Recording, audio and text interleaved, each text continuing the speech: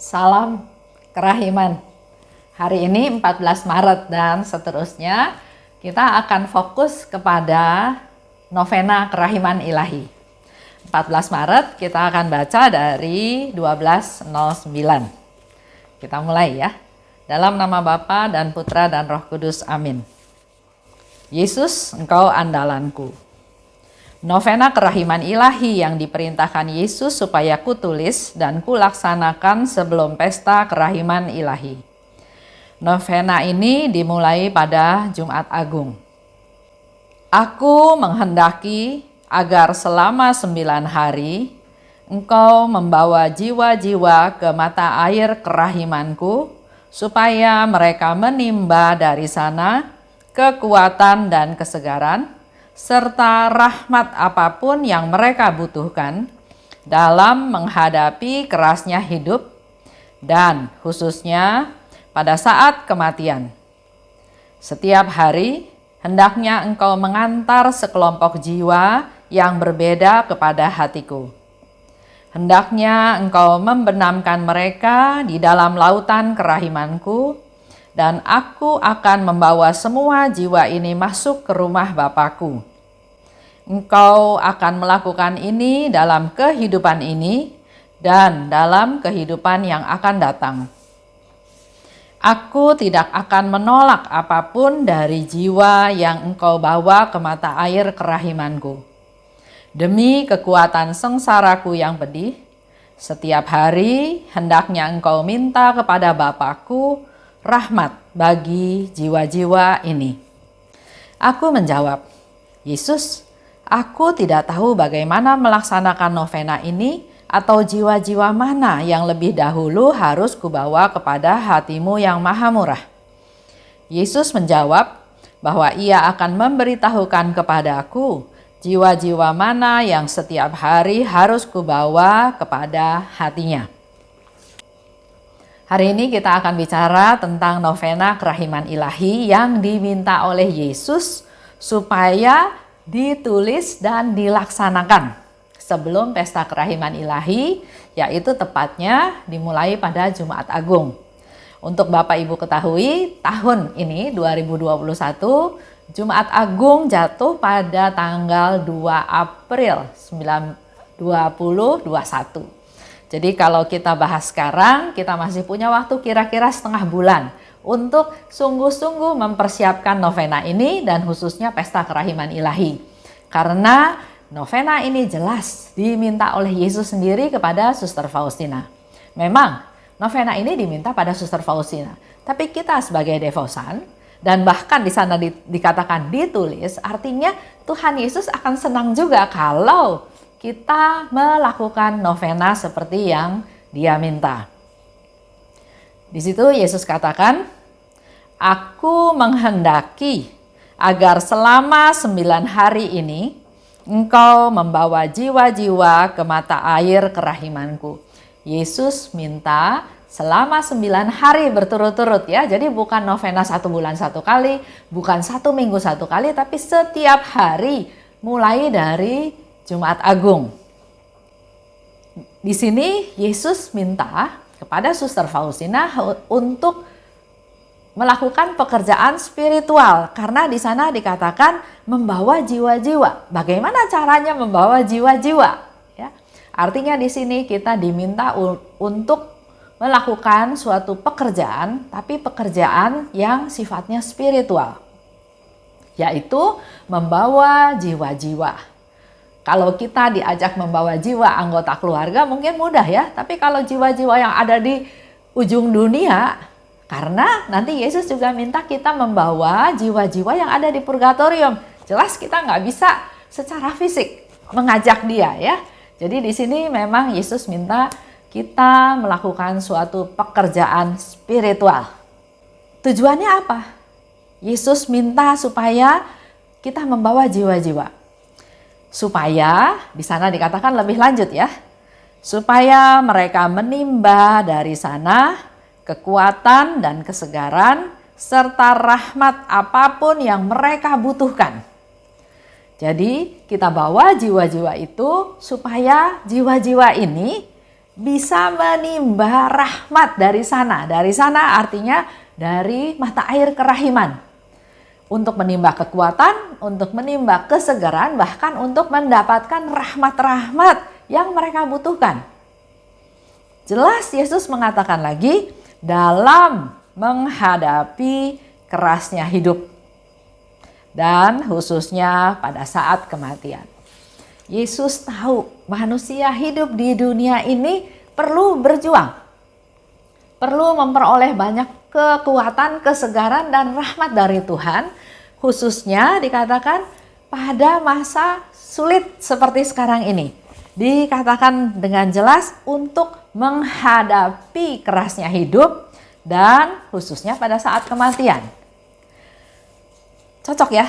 Novena ini cocok sekali dengan keadaan kita sekarang ini. Dengan masa sekarang ini, masa pandemi. Sudah setahun. Kalau kita lihat dari mulai ada pembatasan, kalau yang saya ingat ya, mulai 1 Maret. Sekarang sudah hampir 1 tahun. Ini semua sangat berat. Nggak ada semua orang yang siap untuk menghadapi situasi seperti ini. Inilah situasi yang sulit, yang keras untuk kita hadapi. Selain itu juga kita tahu ada bencana alam di mana-mana.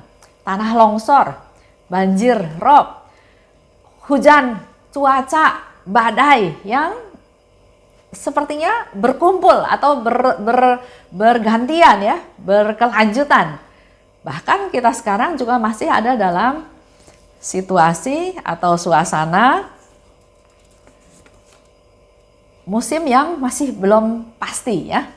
Nah, di sini dikatakan bahwa Yesus mau kita semua para devosan membawa jiwa-jiwa tersebut. Kalau dikatakan oleh Yesus kepada Suster Faustina untuk supaya Suster Faustina membawa jiwa-jiwa tersebut. Tapi untuk kita semua para devosan, mungkin kita juga perlu membawa kesungguhan jiwa kita, keberadaan kita kepada Tuhan, dipersembahkan pada Tuhan. Supaya bisa menimba rahmat. Yesus menyediakan banyak rahmat, Yesus menyediakan solusi. Yang diperlukan adalah membawa jiwa-jiwa itu kepada Yesus. Dan khususnya di sana dikatakan pada saat kematian. Suatu hari kita juga akan mati, maka kita harus bersiap-siap dari sekarang. Karena waktunya kapan nggak ada yang tahu. Kita bisa banyak melihat contoh tanah longsor. Orang lagi tidur di rumah, waktu bangun dia udah nggak tahu ada di mana. Karena rumahnya sudah ketimbun sama tanah longsor. Banjir. Kita juga sudah dengar ya beberapa waktu yang lalu, gara-gara banjir ada yang meninggal. Gunung meletus. Bahkan di dunia sekarang ini, di negara lain kita dengar ada demo, ada bom bunuh diri, ada banyak hal, ada kelaparan, ada kudeta bahkan ya, kita dengar mungkin 1 bulan yang lalu. Nggak usah jauh-jauh, sekarang kita lihat di sekeliling kita, tetangga kita, saudara kita dengar kena COVID. Tiba-tiba kedengaran lagi sudah meninggal. Tiba-tiba kita lihat di grup WA ada yang meninggal. Bukan awam saja, kaum religius juga, para imam, bahkan uskup, banyak yang meninggal. Jadi Tuhan memberitahukan pada kita hari ini, bawalah jiwa-jiwa, karena ada 9 kelompok jiwa ya, jiwa-jiwa supaya jiwa-jiwa itu bisa menimba kerahiman Tuhan. Bahkan Yesus katakan dari mata air kerahimanku, dari sumbernya. Bawa mereka, artinya kita harus aktif, kita yang membawa, kita yang mendoakan mereka, kita yang mengingat, kalau saya mengingat siapa yang perlu didoakan. Yang sudah meninggal, oke, banyak. Tapi buat saya rasanya lebih lebih dekat, lebih meyakinkan kalau saya juga mengingat-ingat mereka dan menyebutkan nama mereka dalam doa-doa tersebut. Nah, permasalahannya kenapa Yesus bilang bawalah? Karena permasalahannya mungkin ada jiwa-jiwa yang nggak mau datang pada Tuhan. Jiwa-jiwa yang tersesat. Jiwa-jiwa yang nggak mau ngakui adanya Tuhan. Jiwa-jiwa yang datang ke Tuhan takut karena dosanya dia sudah sangat banyak. Atau bahkan mungkin jiwa-jiwa yang nggak tahu bahwa ada mata air kerahiman.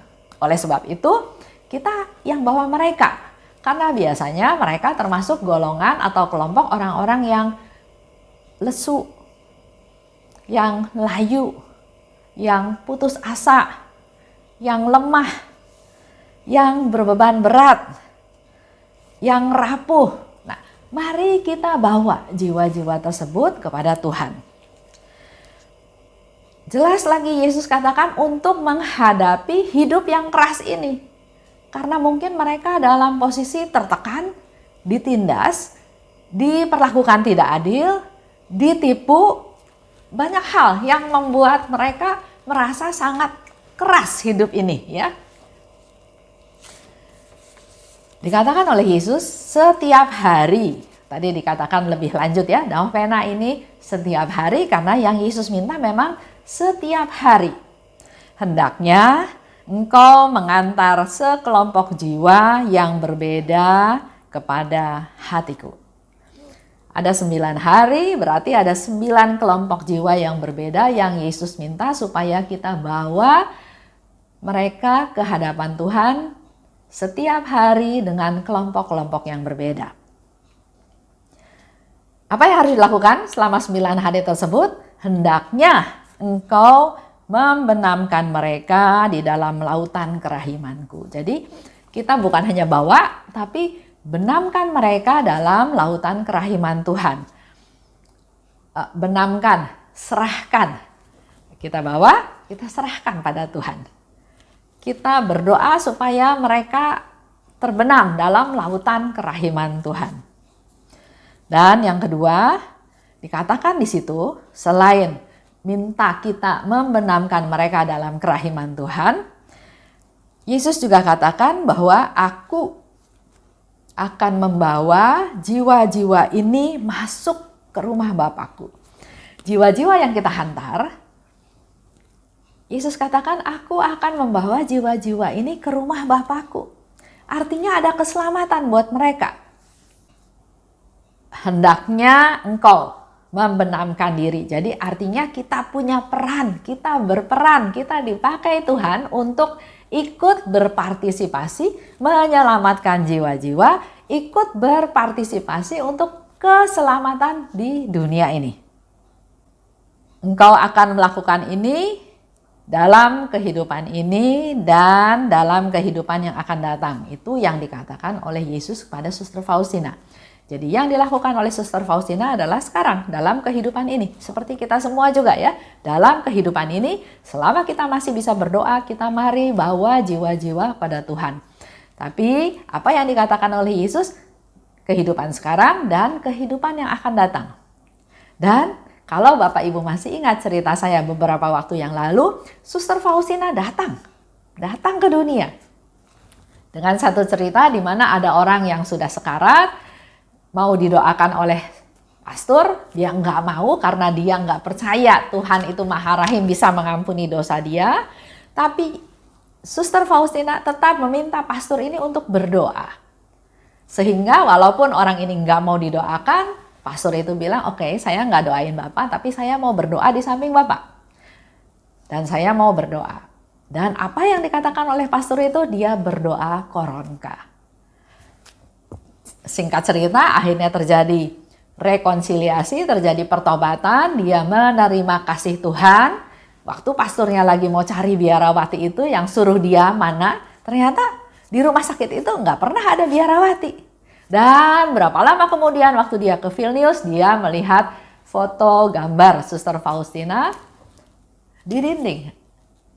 Itu cerita terjadi pada saat atau setelah jauh 10 sekian puluh tahun setelah Suster Faustina meninggal. Dia tetap berkarya. Seperti yang dikatakan oleh Yesus, engkau akan melakukan ini dalam kehidupan sekarang ini dan juga kehidupan yang akan datang. Salah satu bukti lagi, Maurindigan yang pergi ke altar, di situ ada relikuinya Suster Faustina, dan melalui percakapan, melalui doa, Maurindigan disembuhkan melalui Suster Faustina, dan melalui peristiwa ini Suster Faustina diangkat menjadi beata. Lanjut ya. Jadi Bapak Ibu tahu ya, peran kita sangat besar dalam keselamatan jiwa-jiwa. Dikatakan lebih lanjut, Yesus bilang, aku akan membawa jiwa-jiwa ini ke rumah Bapakku. Jiwa-jiwa yang dibenamkan dalam lautan kerahiman Tuhan, jiwa-jiwa yang kita bawa terus kita cemplungkan dalam kerahiman Tuhan, jiwa-jiwa ini akan selamat. Seperti yang Yesus katakan, aku akan membawa semua jiwa ini masuk ke rumah Bapakku. Jadi nanti waktu hari ke-8 kita berdoa untuk mereka yang sudah meninggal, yang ada di purgatorium. Bapak Ibu jangan sungkan, jangan malas berdoa untuk leluhur-leluhur kita. Saudara kita, orang yang kita kenal, bahkan juga mungkin untuk musuh kita. Doakan mereka karena yang Yesus katakan, jiwa-jiwa yang engkau bawa dan benamkan dalam mata air kerahiman, aku akan membawa jiwa ini masuk ke rumah Bapakku. Luar biasa ya, kerahiman Tuhan, kebaikan Tuhan, kemurahan Tuhan. Aku tidak akan menolak apapun dari jiwa yang engkau bawa ke mata air kerahimanku. Ini Yesus mau lebih menekankan lagi bahwa jiwa apapun atau jiwa siapapun enggak akan ditolak oleh Yesus. Jadi Bapak Ibu perlu punya iman, jangan ragu. Bawalah jiwa-jiwa tersebut kepada Tuhan. Demi kekuatan sengsaraku yang pedih, setiap hari hendaknya engkau minta kepada Bapakku rahmat bagi jiwa-jiwa ini. Demi sengsara Yesus yang pedih, kita minta rahmat untuk jiwa-jiwa tersebut dari Bapa. Mereka akan masuk ke rumah Bapa. Mereka tidak akan ditolak. Karena sengsara Yesus yang demikian pedih, dan juga karena kita tahu rahmat Tuhan itu tidak berkesudahan. Tuhan itu Maha Rahim.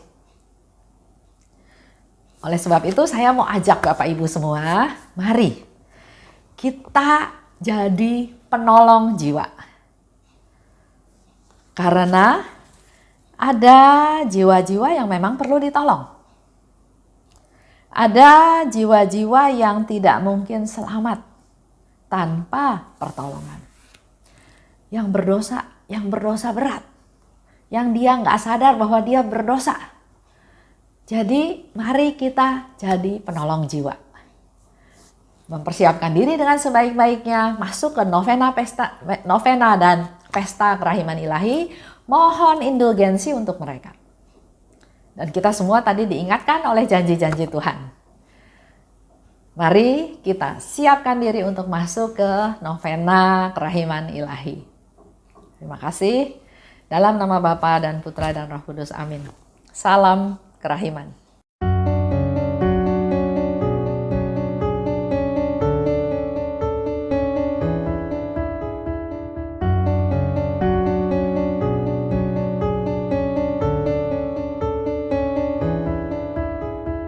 Mengapa engkau membiarkan banyak dosa dan kejahatan? Mengapa engkau tidak menghukumnya? Ternyata engkau masih memberi kesempatan. Dia memperpanjang masa kerahiman. Celakalah mereka yang tak menyadari. Tulis dan wartakan kerahimannya. Mohon rahmat bagi mereka yang berdosa. Ya Yesus, terima kasih atas semua kesempatan yang Engkau beri. Ya Yesus, ampunilah atas semua dosa yang terjadi.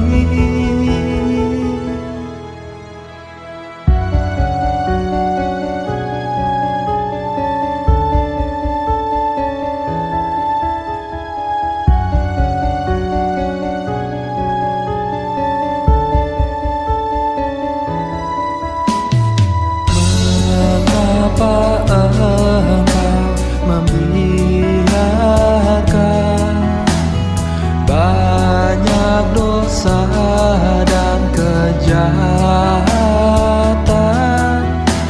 Mengapa Engkau tidak menghukumnya? Ternyata Engkau masih memberi kesempatan. Dia memperpanjang masa kerahiman. Celakalah mereka yang tak menyadari. Tulis dan wartakan kerahimannya. Mohon rahmat bagi mereka yang berdosa. Ya Yesus, terima kasih atas semua kesempatan yang Engkau beri. Ya Yesus, ampunilah atas semua dosa yang terjadi. Ya Yesus, terima kasih atas semua kesempatan yang Engkau beri.